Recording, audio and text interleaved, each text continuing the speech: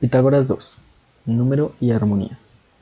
La esencia de cualquier instrumento de cuerda, ya sea la lira antigua o los modernos cello, piano o guitarra, es la misma. Producen sonido por el movimiento de cuerdas. La calidad exacta del sonido o timbre depende de muchos factores complejos, incluyendo la naturaleza del material del que está hecha la cuerda, la forma de las superficies, tableros de sonido, que vibran por simpatía y la manera en que la cuerda se pulse, se toque con un arco o se golpee con un martillo. Pero en todos los instrumentos hay un tono principal o altura, que reconocemos como la nota que se está tocando. Pitágoras, el real, descubrió que esa nota obedece dos reglas extraordinarias. Esas reglas establecen conexiones directas entre los números, las propiedades del mundo físico y nuestro sentido de la armonía, que es un aspecto de la belleza. La siguiente figura, que no es de Rafael, muestra a Pitágoras en acción, haciendo experimentos sobre la armonía. Un grabado de la Europa medieval que representa a Pitágoras trabajando la armonía musical. Podemos inferir de la figura que Pitágoras escuchaba cómo variaban los sonidos producidos por el instrumento cuando él variaba dos cosas diferentes, presionando una cuerda con firmeza en distintas posiciones. Podía variar la longitud efectiva de la parte vibrante de la cuerda, y cambiando el peso que estira la cuerda, podía variar su tensión. Armonía, número y longitud, una conexión pasmosa. La primera regla de Pitágoras es una relación entre la longitud de la cuerda vibrante y nuestra percepción de su tono. La regla dice que dos copias del mismo tipo de cuerda, ambas sujetas a la misma tensión, producen tonos que suenan bien juntos precisamente cuando las longitudes de las cuerdas forman fracciones de números enteros pequeños. Así, por ejemplo, cuando la relación de longitudes es 1 a 2, los tonos forman una octava. Cuando la relación es 2 a 3, escuchamos la quinta. Cuando la relación es 3 a 4, la cuarta. En notación musical, en la tonalidad de Do, estas corresponden a tocar dos Do, uno más agudo que el otro, a tocar Do Sol o Do Fa respectivamente. La gente encuentra atractivas estas combinaciones de tonos. Son los principales bloques de construcción de la música clásica y de la mayoría del folk, el pop y el rock. Al aplicar la regla de Pitágoras, la longitud que debemos considerar es, por supuesto, la longitud eficaz, esto es, la longitud de la porción de cuerda que realmente vibra. Pisando la cuerda para crear una zona muerta, podemos cambiar este tono. Los guitarristas y los violonchelistas explotan esa posibilidad cuando pisan con los dedos de su mano izquierda. Cuando hacen eso, están, lo sepan o no, reencarnando a Pitágoras. En el dibujo vemos a Pitágoras ajustando la longitud eficaz mediante una abrazadera acabada en punta, que es una técnica que permite una medición precisa. Cuando los tonos suenan bien juntos, decimos que están en armonía, o que son concordantes. Lo que Pitágoras descubrió, por tanto, es que las armonías de tonos percibidas reflejan relaciones en un mundo que parece totalmente distinto el número de los números. Armonía, número y peso, una conexión asombrosa. La segunda regla de Pitágoras se refiere a la tensión de la cuerda. La tensión puede ajustarse de manera controlada y fácil de medir, cargando la cuerda con distintas pesas, como muestra la figura 3.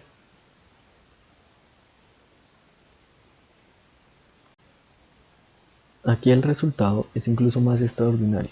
Los tonos están en armonía si las tensiones son fracciones de los cuadrados, los números enteros pequeños. A mayor tensión, mayor altura de la nota. Así, una relación de tensiones 1 a 4 genera la octava, y así sucesivamente. Cuando los músicos de cuerda afinan sus instrumentos antes de la actuación, estirando o relajando las cuerdas al generar sus clavijas, de nuevo vuelve Pitágoras. Esta segunda relación es todavía más impresionante que la primera, como evidencia de que las cosas se ocultan en los números. La relación está mejor escondida porque esos números deben ser procesados, elevados al cuadrado, para ser exactos, antes de que la relación se haga evidente. La impresión del descubrimiento es por tanto mayor. La relación también introduce el peso, y el peso, de manera más inequívoca que la longitud, nos conecta con las cosas del mundo material. Descubrimiento y visión del mundo. Ahora hemos abordado tres grandes descubrimientos pitagóricos: el teorema de Pitágoras sobre los triángulos rectángulos y dos reglas de consonancia musical. En conjunto vinculan forma, tamaño, peso y armonía con el nexo común siendo el número. Para los pitagóricos, esa trinidad de descubrimientos era más que suficiente para sujetar una visión mística del mundo, la vibración de que las cuerdas es la fuente del sonido musical. Esas vibraciones no son más que movimientos periódicos, es decir, movimientos que se repiten a intervalos regulares. También vemos al Sol y los planetas moviéndose a intervalos regulares por el cielo. Inferimos su movimiento periódico en el espacio. Así que también ellos deben emitir sonido. Sus sonidos forman la música de las esferas, una música que llena el cosmos. A Pitágoras le gustaba cantar. También aseguraba, en realidad, escuchar la música de las esferas. Hay estudiosos modernos que especulan que el Pitágoras histórico sufría de tinnitus o zumbar de oídos. El Pitágoras real, por supuesto, no tenía nada de eso. En cualquier caso, el asunto general es que todo es número, y el número sujeta la armonía. Los pitagóricos, borrachos de matemáticas, habitaban un mundo lleno de armonía. La frecuencia es el mensaje. Las reglas musicales de Pitágoras merecen, creo yo, considerarse las primeras leyes cuantitativas de la naturaleza descubiertas jamás. Las regularidades astronómicas, empezando por la alternancia regular de noche y día, se habían percibido mucho antes. Mantener el calendario y leer el horóscopo utilizando las matemáticas para predecir o reconstruir la posición del Sol, la Luna y los planetas ya eran tecnologías significativas antes de que naciera Pitágoras. Pero las observaciones empíricas sobre objetos específicos son muy diferentes de las leyes generales de la naturaleza. Es irónico, por tanto, que todavía no entendamos por qué son ciertas. Hoy tenemos una comprensión mucho mejor de los procesos físicos implicados en la producción, transmisión y recepción del sonido, pero la conexión entre ese conocimiento y la percepción de notas que suenan bien juntas ha resultado esquiva hasta ahora. Creo que hay un conjunto prometedor de ideas al respecto. Esas ideas están cerca del asunto central de nuestra reflexión, porque, si son ciertas, elucidan un origen importante de nuestro sentido de la belleza. Nuestra explicación del porqué de las reglas de Pitágoras tiene tres partes. La primera parte empieza con la cuerda vibrando y llega a nuestros tímpanos. La segunda empieza en el tímpano y llega a los impulsos nerviosos primarios.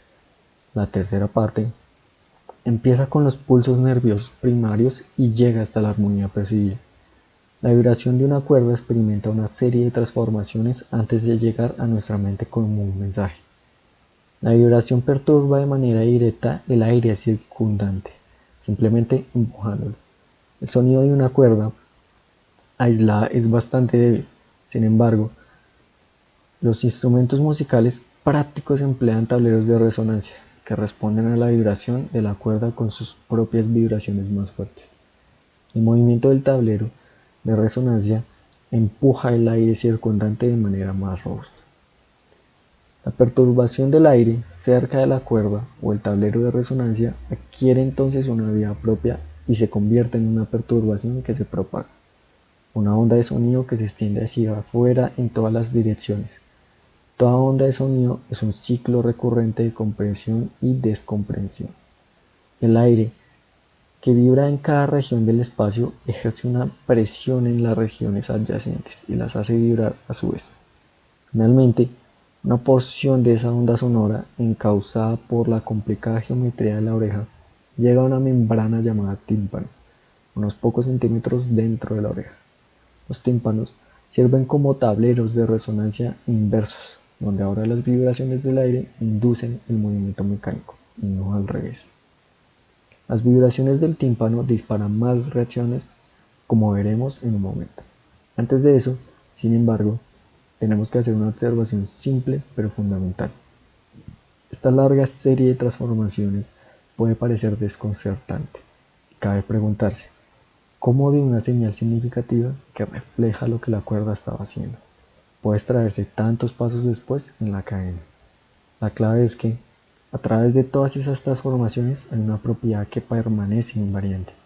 La velocidad de vibración o, como la llamamos, su frecuencia, ya se refiera a las vibraciones de la cuerda, el tablero de resonancia, el aire o el tímpano, o en los osículos, el fluido coclear, la membrana basilar y las células ciliadas más adelante en la cadena.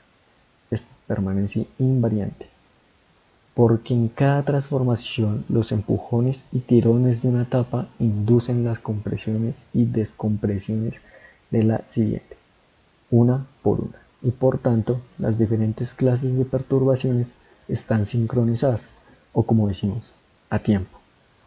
Podemos anticipar, por tanto, y hallaremos que la cosa útil para detectar si queremos que nuestra percepción refleje una propiedad de la vibración inicial es la frecuencia de las vibraciones que finalmente dispara en nuestra cabeza. El primer paso para entender las reglas de Pitágoras, por tanto, es expresarlas en términos de frecuencia. Hoy tenemos ecuaciones fiables de la mecánica que nos permiten calcular cómo cambia la frecuencia de vibración de una cuerda cuando variamos su longitud o su tensión. Utilizando esas ecuaciones, hallamos que la frecuencia cae en proporción a la longitud y crece en proporción a la raíz cuadrada de la tensión. Por tanto, las reglas de Pitágoras, traducidas en frecuencia, hacen la misma afirmación simple. De ambos modos, afirman que las notas suenan bien juntas si sus frecuencias están en fracciones de números enteros pequeños. Una teoría de la armonía. Retomemos ahora nuestra historia, en la segunda etapa. El tímpano está asociado a un sistema de 3 huesecillos, los osículos, que a su vez están unidos a una ventana oval membranosa que se abre a una estructura con forma de caracol, la cóclea. La cóclea es el órgano crucial para la audición y tiene un papel aproximadamente análogo al que el ojo tiene en la visión. Está rellena de un fluido que se pone en movimiento por las vibraciones de la ventana oval. Inmersa en ese fluido está una membrana que se estrecha a lo largo de su longitud, la membrana basilar, que serpentea por las curvas del caracol coclear. Paralelo a la membrana basilar corre el órgano de Corti. El órgano de Corti es donde, finalmente, el mensaje de la cuerda, después de muchas transformaciones, se traduce a impulsos nerviosos. Los detalles de todas estas transformaciones son complejos y fascinantes para los expertos, pero el cuadro global es simple y no depende de esos detalles. El cuadro global es que la frecuencia de la vibración original se traduce en disparos neuronales que tienen la misma frecuencia. Un aspecto importante de la traducción es especialmente bonito y de espíritu pitagórico. Le valió a George von Békésy un premio Nobel en 1961, puesto que la membrana basilar se va estrechando a lo largo de su longitud. Sus distintas zonas prefieren oscilar a distintas velocidades. Las zonas más anchas tienen más inercia, así que prefieren vibrar más lento, a frecuencias más bajas, mientras que las zonas más estrechas prefieren vibrar a frecuencias más altas. Un efecto similar es responsable de la diferencia general de tono entre las voces típicas de hombres y mujeres. En la pubertad, las cuerdas vocales del varón se ensanchan marcadamente, causando unas frecuencias más bajas de vibración y una voz más profunda. De este modo, cuando un sonido después de muchas tribulaciones pone en movimiento el fluido circundante, la respuesta de la membrana basilar será diferente en diferentes lugares a lo largo de su longitud.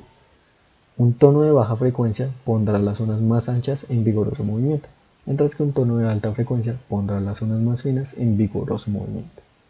De esta forma, la información sobre la frecuencia se codifica como información sobre la posición. Si la cóclea es el ojo de la audición, el órgano de Corti es la retina. El órgano de Corti corre paralelo a la membrana basilar y cerca de ella. Su estructura es compleja en los detalles, pero a trazos gruesos consiste en células ciliadas y neuronas, a razón de una célula ciliada por neurona. El movimiento de la membrana basilar, acoplado mediante un fluido intermediario, ejerce fuerzas en las células ciliadas. Las células ciliadas se mueven en respuesta y su movimiento desencadena pulsos eléctricos en las neuronas correspondientes. La frecuencia de los pulsos es la misma que la frecuencia de estimulación, que a su vez es la misma que la frecuencia del tono original. Para expertos, los patrones de pulsos tienen ruido, pero contienen un fuerte componente de la frecuencia de la señal. Como el órgano de Corti linda con la membrana basilar, sus neuronas se heredan de esa membrana la frecuencia dependiente de la posición. Esto es muy importante para nuestra percepción de los acordes, porque significa que cuando varios tonos suenan simultáneamente, sus señales no se embarullan del todo. Distintas neuronas responden preferentemente a distintos tonos. Este es el mecanismo fisiológico que nos permite hacer un trabajo tan bueno discriminando diferentes tonos. En otras palabras, nuestros oídos internos siguen el consejo de Newton y anticipan su análisis de la luz, al desempeñar un excelente análisis del sonido entrante como tonos puros. Como veremos más adelante, nuestra capacidad sensorial para analizar las frecuencias de las señales contenidas en la luz, o en otras palabras, los componentes de la luz, se basa en principios distintos y es mucho más deficiente. Esto compone la escena para la tercera fase de nuestra historia. En ella las señales de las neuronas sensoriales primarias del órgano de Corti se combinan y se transfieren a las capas neuronales subsiguientes del cerebro. Aquí nuestro conocimiento es bastante menos preciso, pero solo aquí cuando podemos enfrentarnos finalmente con nuestra pregunta principal. ¿Por qué los tonos cuyas frecuencias están en proporción de números enteros pequeños suenan bien juntos? Consideremos lo que se ofrece al cerebro cuando dos sonidos de frecuencia diferente se tocan de manera simultánea. Entonces tenemos dos conjuntos de neuronas primarias que responden con fuerza, cada uno disparando con la misma frecuencia que las vibraciones de la cuerda que los excitan. Esas neuronas primarias disparan sus señales en dirección al cerebro, hacia niveles superiores de neuronas, donde sus señales se combinan y se integran. Algunas de las neuronas del siguiente nivel recibirán inputs de ambos conjuntos activos de neuronas primarias. Si las frecuencias de las primarias están en proporción de números enteros pequeños, sus señales resultarán sincronizadas. Para esta exposición simplificaremos la respuesta real, ignorando el ruido y tratándola exactamente periódica. Por ejemplo, si los tonos forman una octava, un conjunto disparará el doble de rápido que el otro, y todo disparo del conjunto más lento tendrá la misma relación predecible con el disparo del primero. Así, las neuronas sensibles a ambos obtendrán un patrón repetitivo que es predecible y fácil de interpretar. A partir de experiencias previas, o tal vez por un instinto innato, esas neuronas secundarias o las neuronas posteriores que interpretan su comportamiento entenderán la señal, porque será posible anticipar el input futuro, es decir, más repeticiones, de forma simple, y las predicciones simples del comportamiento futuro serán confirmadas a lo largo de muchas vibraciones hasta que el sonido cambie de carácter. Hay que mencionar que las vibraciones sonoras que podemos oír tienen frecuencias desde unas pocas decenas hasta varios miles por segundo, de forma que incluso los sonidos breves producirán muchas repeticiones, excepto en el extremo de muy baja frecuencia. Y en el extremo de muy baja frecuencia, nuestro sonido de la armonía se extingue, en coherencia con la línea de pensamiento que seguimos. Los niveles más altos de neuronas que combinan a los combinantes necesitan un input coherente para progresar en su trabajo. De modo que, si nuestros combinantes están produciendo mensajes sensatos, y sobre todo si sus predicciones satisfacen la prueba del tiempo, a los niveles superiores les interesa recompensarlos con algún tipo de retroalimentación positiva o al menos dejarles en paz.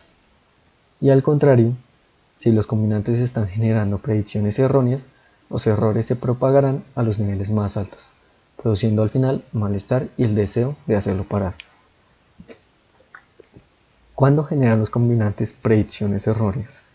Ocurre cuando las señales primarias están casi sincronizadas, pero no en todo, porque entonces las vibraciones se refuerzan una a otra durante unos pocos ciclos. Los combinantes extrapolan ese patrón, esperan que continúe, pero no lo hacen, y en efecto son los tonos que están solo un poco fuera de fase, como do y do numeral, por ejemplo, los que suenan más penosos al tocarse juntos. Si esta idea es correcta, entonces la base de armonía es la predicción exitosa en las fases iniciales de la percepción. Este proceso de predicción no necesita implicar una atención consciente y generalmente no la implica. Ese éxito se experimenta como placer o belleza. A la inversa, una predicción fracasada es una fuente de dolor o fealdad. Un corolario es que, expandiendo nuestra experiencia y nuestro aprendizaje, podemos llegar a escuchar armonías que antes permanecían ocultas para nosotros, y así, y al retirar así las fuentes de olor. Históricamente, en la música occidental, la paleta de combinaciones aceptables de notas se ha expandido con el tiempo. Los individuos también pueden aprender, exponiéndose a ellas, a disfrutar de combinaciones de tonos que al principio parecen desagradables. De hecho, si estamos hechos para disfrutar de aprender a hacer predicciones exitosas, las predicciones que surgen de forma demasiado fácil no generarán el mayor placer posible, que requiere también novedades.